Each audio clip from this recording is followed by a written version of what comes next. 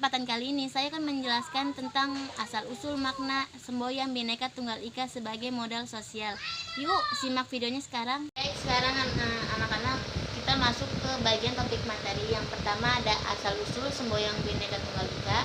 Yang kedua ada makna semboyan Bhinneka Tunggal Ika. Yang ketiga ada Bhinneka Tunggal Ika sebagai modal sosial. Yang keempat ada contoh penerapan nilai Bhinneka Tunggal Ika.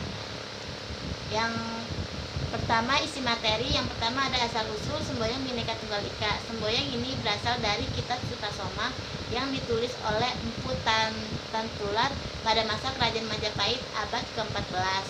Ungkapan lengkapnya adalah Bhinneka Tunggal Ika Tan Hama Dharma Makrwa, yang berarti berbeda-beda tetapi tetap satu, karena tidak ada kebenaran yang mendua. Dalam konteks sejarah, semboyan ini mencerminkan toleransi antar umat beragama, terutama antara Hindu dan Buddha pada masa itu.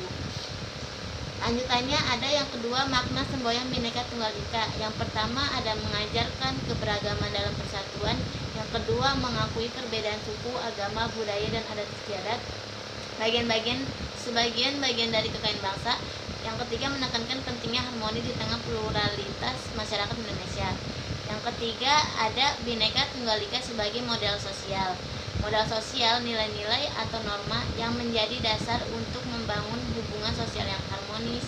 Yang kedua, Bhinneka Tunggal Ika sebagai modal sosial mengandung nilai pertama toleransi, menghargai perbedaan. Yang kedua, gotong royong bersama-sama mencapai tujuan meskipun berbeda latar belakang.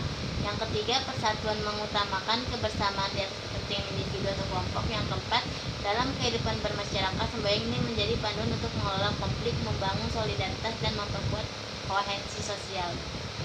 Yang keempat ada contoh penerapan nilai Bhinneka Tunggal Ika. Yang pertama ada menghormati perayaan agama lain. Yang kedua kolaborasi lintas budaya dalam kegiatan sosial atau kerja. Yang ketiga menolak diskriminasi berdasarkan suku, agama, ras, dan antar golongan. Di sini ada sejarah ya. Semboyan Bhinneka Tunggal Ika muncul pada masa Kerajaan Majapahit ketika Indonesia merupakan wilayah yang kaya akan beragam budaya dan agama. Pada saat ini Raja Hayam Wuruk memimpin kerajaan dengan visi untuk menyatukan berbagai kelompok etnis dan agama dalam satu kesatuan. Pesan yang terkandung dalam semboyan ini sangat relevan dan dengan konteks sosial dan politik saat itu.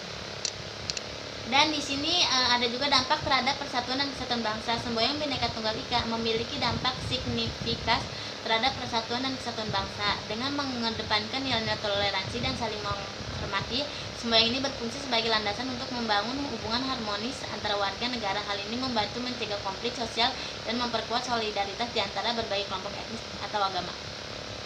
Dan terakhir di sini ada peran pemerintah, lembaga swadaya, masyarakat, dan individu.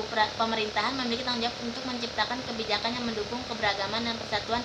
Lembaga swadaya, masyarakat juga berperan penting dalam mengedukasikan masyarakat tentang pentingnya Bhinneka Tunggal Ika sebagai mengadvokasi hak-hak kelompok minoritas. Individu pun harus aktif berkontribusi dalam menjaga kerukunan sosial dengan menunjukkan sikap toleransi dalam kehidupan sehari-hari. Oke, baik, di sini ada kesimpulannya. Kesimpulannya itu adalah Bhinneka Tunggal Ika sebagai modal sosial di era modern menghadapi berbagai tantangan akibat globalisasi, perkembangan teknologi informasi, serta fenomena intoleransi. Namun dengan upaya kolektif dari pemerintah, lembaga swadaya, masyarakat, individu, pendidikan karakter, serta dialog antar budaya, nilai-nilai Bhinneka Tunggal Ika dapat diperkuat. Hal ini penting untuk menjaga persatuan dan kesatuan bangsa Indonesia di tengah keragaman yang ada. Dengan demikian, Bhinneka Tunggal Ika tetap relevan sebagai semboyan nasional yang mengikat seluruh elemen masyarakat dalam kesatuan yang utuh.